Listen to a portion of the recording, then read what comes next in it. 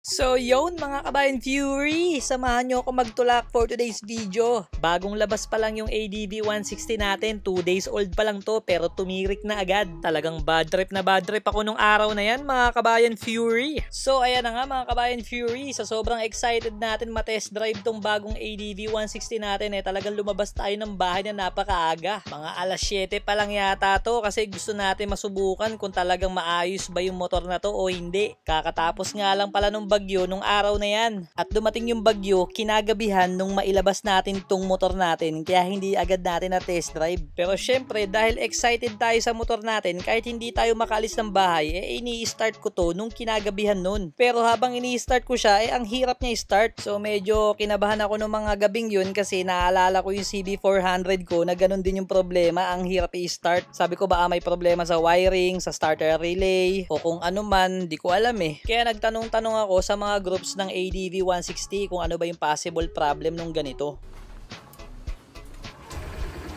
Ayan, so as you can see, ayaw niya mag-start. And kung mapapansin niyo yung panel gauge natin, yung gas indicator niya doon, nagbi-blink na. Kaya nung tinanong ko to sa groups, ang reply nila sa akin, baka nga daw kulang sa gas or paubos na yung gas niya. Kaso, ang kulit lang kasi ito lang yung motor trade napakalapit lang niya sa bahay namin and hindi pa ako nag-road trip. So medyo naaning ako kasi ang sabi sa akin, naglagay daw sila dito ng 1 liter of gas. Which is, ganun naman talaga dapat pag bagong labas sa kasa. Kaya dito medyo kampante pa ako naaabot ako sa gasoline station. Kita nyo naman talagang ini-enjoy ko yung ride ko papunta ng gasoline station. Kasi before ko to bilhin, nag-research ako Inaalam ko kung gaano kalakas to sa gas consumption niya. Ngayon, ang alam ko, ang Honda ADV 160, according sa mga napapanood ko, and sabi mismo ng Honda, na nag-average siya ng around 30 to 40 kilometers per liter. Ganon siya katipid. So, meaning to say, hindi ka basta-basta titirik dito kapag labas mo ng kasa. Ngayon, kung susumahin natin yung pag-uwi ko ng bahay from kasa, that's around 200 meters lang. Pabalik ng kasa, 400 meters. Papunta dito sa gasoline station, sabihin na nating 5-10 kilometers. Pero ang lapit lang nito nung gasoline station na to. Dito nga pala tayo nagpapagas sa Petron. Diyan lang yung trusted ko na gasoline station. May kanya-kanya tayong preference At saka makakasiguro tayo dito na walang halong tubig yung gasolina kasi grabe ang maintenance ng mga yan according sa mga nababasa ko sa groups and yung mga nagtatrabaho mismo dito sa Petron. And syempre, bukod doon, meron akong value card dito. No hate pero mahirap na magpagas sa kung saan-saan. Baka mamaya kasi tinitipid mo yung motor mo tapos may halo palang tubig yung gasolina, yari ka sa corrosion yan. So ayan, nandito na tayo sa Petron. Wala pang gasolina. Ha? Wala pang. Wala pa? Ano oras pa? Mga ilang minutes yan? Ayun lang, wala pa daw silang gas mga kabayan Fury. Kaya alis muna tayo and dun tayo sa kabilang Petron magpapagas. Kagaya nga na sabi ko kanina, kampante tayo kasi malayo pa mararating netong 1 liter. Kahit pa 20 kilometers yung layo ng gasoline station mo, okay lang, hindi ka titirik dyan sa 1 liter na yan. And ayan na, inabot tayo dito sa may stoplight ng Pulo mga kabayan Fury. And since alam ko na medyo matatagalan ako dito sa may traffic light mga kabayan Fury, inon ko na yung idling stop system netong Honda ADV 160 natin. Shoutout nga pala dito kay Lakap, parehas tayo naka Honda ADV 160 and black din yun sa kanila, team black yan Tapos ayan na, nagtatanong-tanong na ako sa kanya kasi yung sa akin kakakuha ko lang ganito na yung nangyayari. Kakakuha ko lang ito kahapon Tapos ang hirap niya i-start. Oo, namamatay. O dahil kulang na sa gas.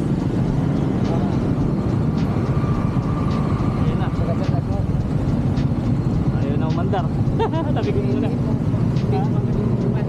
Lahat ito?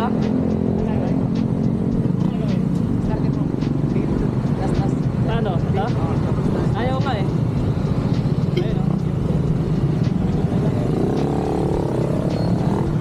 Ayan na. Naloko na.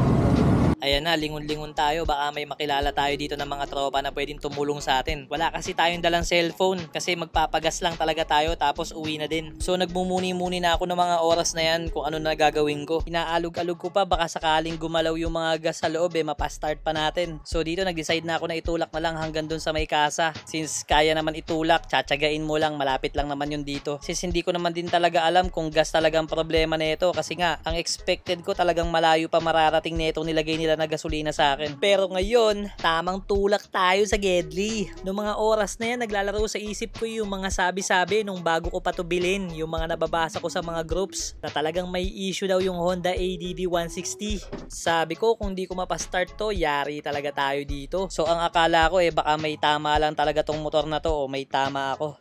Yun nga lang, mukha kang ewan kasi modelo yung motor mo tapos natirikan ka. Sa harapan netong pwesto ko, meron nga pala dyang medyo malapit na dealer ng mga motor. Kala ko sila na yung magiging sagot sa problema ko. Manghihiram sana ako ng galon. Tapos ang plano ko, bibili na lang ako ng gas sa Petron para hindi na ako magtulak ng malayo. Kaso wala daw silang galon. Ngayon may nakausap akong enforcer. Ang sabi niya sa akin, magpagas na lang daw ako dyan sa malapit na gasolinahan. Hindi ko napapansin yung gasolinahan na yun kasi hindi naman ako nagpapagas sa mga hindi ko kilala na gasoline station. Dito lang pala yan sa tapat ng Jollibee, malapit kung saan ako tumirik. So dito magkakaalaman na tayo mga kabayan Fury kung magi-start pa talaga tong motor natin.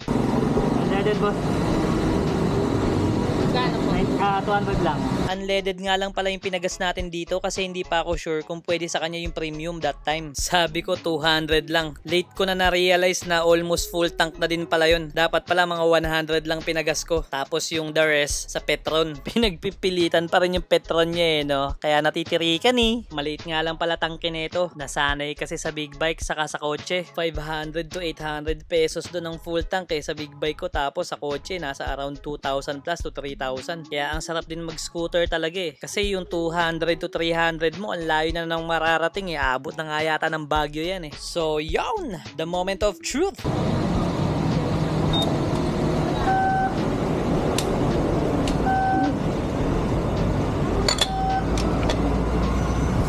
Okay na kuya. Thank you. Ano ang gas? Thank you. Yun, nadali mo. Gumana din. Gas lang talaga. Motor trade, ano na, saglit lang tumirik na. So dito ako mas naasar mga kabayan Fury. Kasi nung binili ko to sa kasa, ang sabi nila sa akin, dineliver daw to ng truck. Pero pagdating namin doon ng misis ko, nakita namin, nililinis nila. Bakit? Kasi putik-putik. Ngayon, nung tinanong namin bakit putik-putik, normal lang daw yun kasi tinulak galing sa labas, umuulan. Sabi ko sa kanila, hindi normal na magputik-putik ng ganyang katindi ang ilalim yan kung tinulak lang yan. Sabi ko sigurado ako na tinakbo yan. And isa pa, nakita ko nakalagay dito sa odometer niya 7.2 kilometers. Ayan nakalagay sa mismong kasa yan. Nandito kami sa maintenance area nila and makikita mo to mismo sa vlog ko nakalagay 7.2 kilometers. Hindi ko pa yan pinapatakbo. Kahit 5 kilometers imposibleng makuha yan sa rev-rev lang at sa tulak-tulak lang. Ang layo niyan yung 7.2. Siguro from Santa Rosa to Cabuyao yan 7.2 kilometers na yung layo niyan. Ganun kalayo yung tinakbo. So yung 1 liter siguro kasama na yun dyan sa naubos. Baka nga wala pang 1 liter yung nilagay Sabihin na lang natin 60 pesos per liter, tinipid pa. Hindi mo na nga nabinyagan, tinipid ka pa sa gas. Wala namang kaso sa akin yun, pero yung iba kasing mga nakakausap ko, ang ginagawa daw ng ibang kasa kapag ganyan na wala silang unit sa mismong kasa nila at nasa ibang branch yung model, ang ginagawa nila, ini-inform muna nila yung client na kung pwede, siya yung mag-pick up doon sa branch na meron silang unit. Tapos siya yung magdadrive papunta dyan. Or kung hindi talaga pwede yung ganun, tanungin ka muna nila na kung pwede, i-drive nila papunta dito sa kasa. Or wag na lang nila sabihin na dineliver ng truck kasi pinagmumukha kang tanga harap-harapan. Which is wala namang kaso kung i-dinerive, diba? Ang importante, sinabi yung totoo. Kung hindi lang ako excited magkamotor at hindi ko kailangan yan nung mga araw na yun, hindi ko kukunin yan bahala sila dyan. Tapos nung sinabi ko pa na ang layo nung 7.2 kilometers para sa tulak-tulak lang. Sabi ko almost ano na yan kasi layo na ng Cabuyao to Santa Rosa yan. Ang sagot ba naman nila sa akin, Kapag nakaka 50 units na daw sila na na-release na motor, tinetest drive na daw nila yung mga susunod na ibebenta nila. Imagine mo, test drive, nauna ka pa mag-test drive, ganun daw talaga kasi high-end na scooter yung gamit ko. Sa isip-isip ko, bakit yung big bike ko, Ninja yon, ZX6R. Brand new yon nung nilabas ko, hindi naman tinest drive. Kahit 0.5 yung odo, hindi naman nadagdagan. Swerte din nila kasi kami yung client nila nung mga araw na yon. Paano na lang kung natapat sila sa ibang kliyente, yung tipong masungit at hindi talaga kukunin at talagang sobrang selan. E di yari sila, kumuha sila ng unit tapos hindi binili, itinakbo pa. Mabebenta na lang nila yun kung hindi din maarte yung kukuha. Well, move on tayo. Ang importante, kahit niloko tayo, gumagana naman yung motor and wala namang problema. So, yun! Hanggang dito na lang mga kabayan Fury. Kung umabot ka hanggang dito, isa kang tunay na alamat. Mabuhay ka hanggat gusto mo. Alright! See you until our next vlog mga kabayan Fury. Let's go!